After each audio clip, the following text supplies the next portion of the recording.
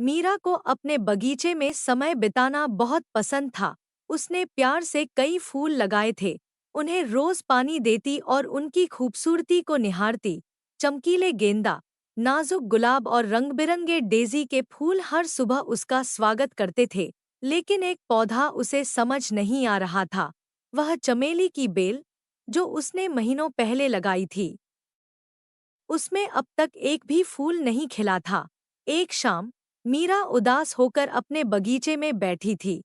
वह उस पौधे को देख रही थी और निराशा से बोली, तुम बाकी फूलों की तरह क्यों नहीं खिलते? उसने प्यार से उसकी पत्तियों को छुआ और उसे लगा जैसे वह असफल हो गई हो।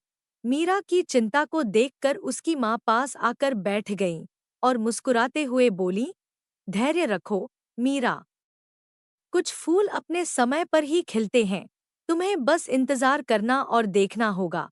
फिर उन्होंने पूछा, मीरा, क्या तुमने कभी बांस के पेड़ और आम के पेड़ की कहानी सुनी है? मीरा ने सिर हिला दिया। उसकी माँ ने कहानी शुरू की।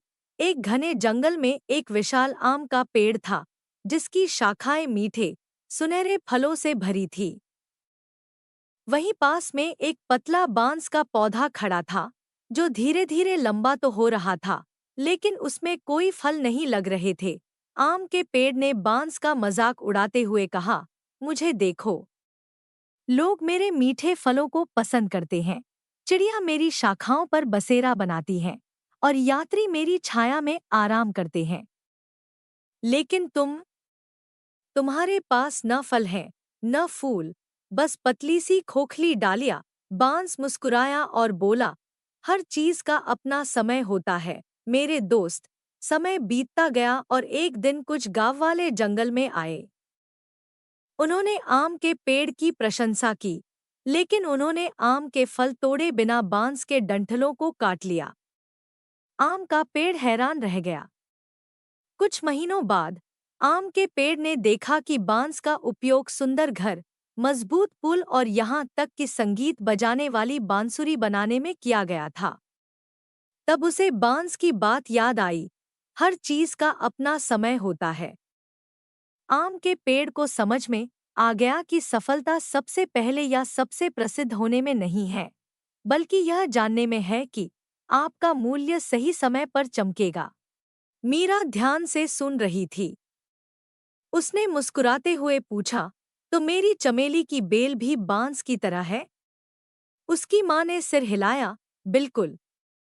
कुछ फूल जल्दी खिलते हैं, जैसे तुम्हारे गेंदा और गुलाब, लेकिन चमेली को समय लगता है। यह सिर्फ रात में खिलती है और इसे गर्मी के मौसम का इंतजार करना पड़ता है।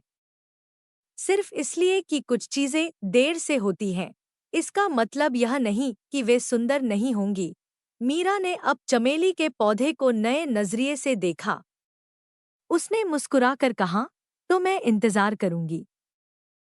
जब यह खिलेगा, तो यह बहुत खास होगा। और सचमुच, एक गर्मी की रात मीरा अपने बगीचे में गई और खुशी से चकित रह गई।